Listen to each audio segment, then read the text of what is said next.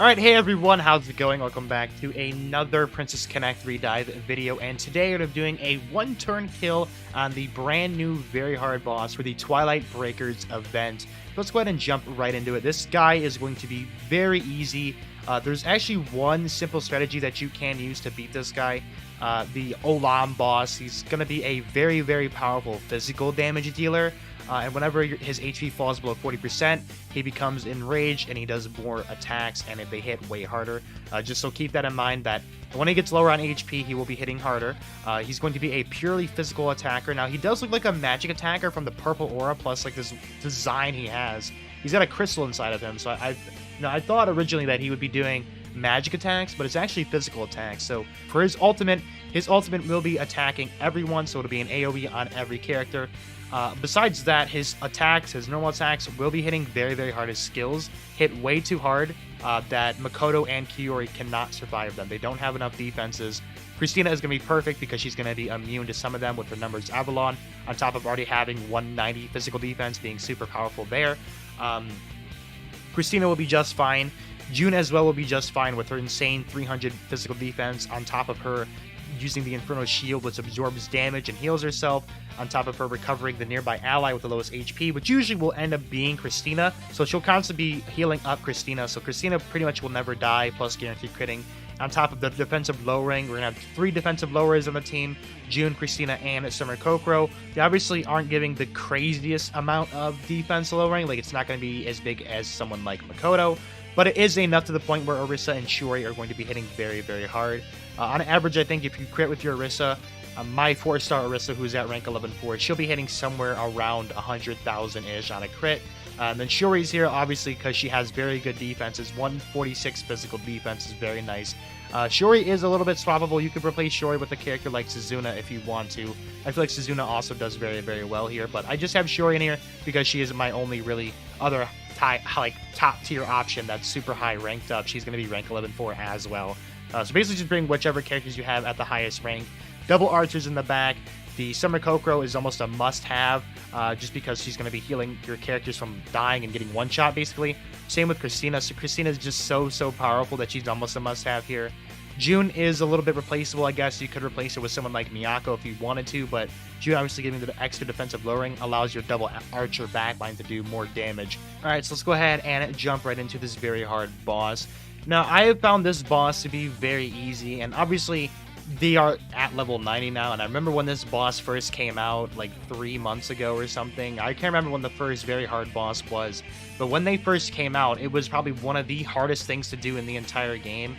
The boss was insane. I mean, people were trying to get a one-turn kill on it, and some people were taking 3, even 4 runs, and that was like the top tier players at the current time. But obviously now time has went on and it's gotten way easier. Christina makes the game pretty much easy mode for anyone who's not like anyone who does not have Christina. I do feel bad for you because she's such a crazy hyper carry character. But as you can see, Christina will be doing very good damage. Her guaranteed critting, I don't know why, but whenever she does her universe, the boss actually goes out of the way of the numbers, but you can kind of see the numbers as it like comes back into camera angle. I don't know why it really does that, but this team will be a full auto team. This team is just so easy. Like, look, you'll see the numbers will fly off the screen there, and it kind of pops up. But that looked like 50,000 to me, which obviously isn't much, but I don't think there was any defensive shredding going on there. And so the boss is going to take us down very low, about to 1 health, but it's not really going to matter because at this current moment, he's at 1 health. So all we really need is a little bit more attacks, and he's going to go down. And that is the Olam level 90 boss, completed, full auto. No worries. I don't even think we crit once there, except for Christina, who's guaranteed critting, but I don't think Orisa or Shiori critted once. So there we go, full auto complete. As you can see, very, very good damage all around from everyone. Shiori and Orisa obviously doing the most, and then Christina coming very close in third. Very impressive overall damage from these 3 characters, and I feel like the double archer way is definitely the way to go for beating this very hard boss. Other than that, man, I mean, I've seen a few people struggle with this boss because they just don't know the proper way to do it. For example, if you bring a team like, when I first tried it, I tried Kiori, Makoto. I tried a team like this. I went Kiori, Makoto, and then I did Summer Kokoro, and I tried this team, and this team actually gets destroyed for the simple fact that the boss does so much damage to the frontmost characters with his normal attacks, besides his Union Burst, that these guys just get destroyed. They won't last long enough. Christina having the immunity physical damage on top of her having very high physical defense in general makes her such a powerhouse to be used that she's just a must run against the very hard boss. For the most part, all you really need to see is the team comp, because this is not a manual team comp, this is a full auto team comp, so it's actually fairly easy. So I guess we'll end the video by going through and doing our little gacha pools on the metal box here. So let's go ahead and do through. Once again, I feel like most people lineup 5+ isn't really going to be super important because you're not getting any character here. For example, we had the Summer Okro in one of them. We had the last one was Halloween Miyako. But there's not going to be any extra shards in lineup 5+, so you really can take your time and go through each lineup. Obviously, doing the very hard boss every single day is a must. Make sure you do not miss that very hard boss. Just a ton of extra stuff. Oh, that's also very cute. I forgot to mention that they have improved like the way the game works. Like you'll see all the characters spawn up here. That's so cute, man. If you haven't played through the story yet, if you haven't watched the story is actually very entertaining and it's kind of funny. Part of the normal mode, as you're going through some of the stages, you'll see like some characters will come out and some characters will come in and substitute. So it's actually kind of cool how they're changing it around and adding stuff rather than just you having your one character go through the entire thing. And it's kind of putting you with other characters. Like you have Ruka here, for example, instead of Ana, and Ana's in the normal mode. And then you have Ruka in the hard mode. So I feel like that's really, really cool how they're adding this little extra stuff. But okay, let's go ahead and end it off on some of our gacha pools. I have 100 pools to be used here. And obviously we're looking forward to clear out the entire shop. If we can get any jewels, and all jewels are going to be perfect. How many jewels are in this one? There's going to be 10. So 100 jewels in total in this one. And hopefully we can get a little bit more. There we go. We got the Ana shard, so that's pretty nice. And I think my Ana currently is about halfway through. We only got 110 jewel there. That kind of sucks. But let me check up on my Ana. I think my Ana's memory shards are somewhere around 55 now. Okay, so she's at 33 at the moment. But let's go ahead and clean up our present box, because this present box is currently stacked. I have a lot of presents in here. Like, let's see. There's 1. There's 2. There's 3.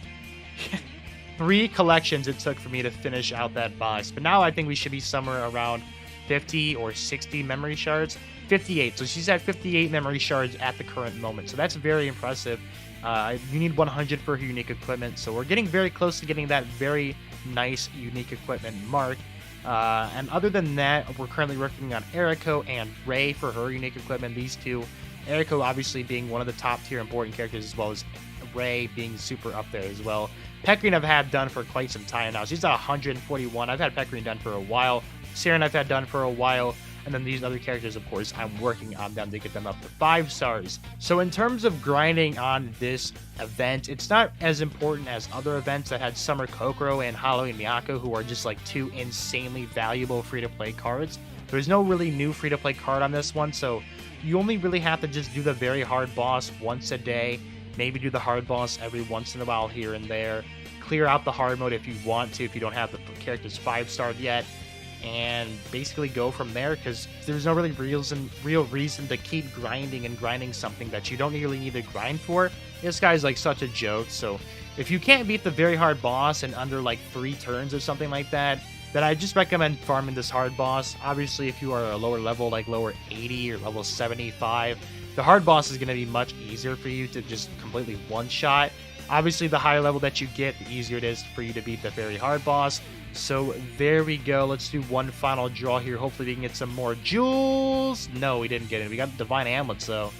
So there we go. All right, that's pretty much going to wrap up today's video. Hope you guys all enjoyed this very hard boss OTK guide. Thank you everyone for watching, and I'll see you guys all in the next one. Peace out.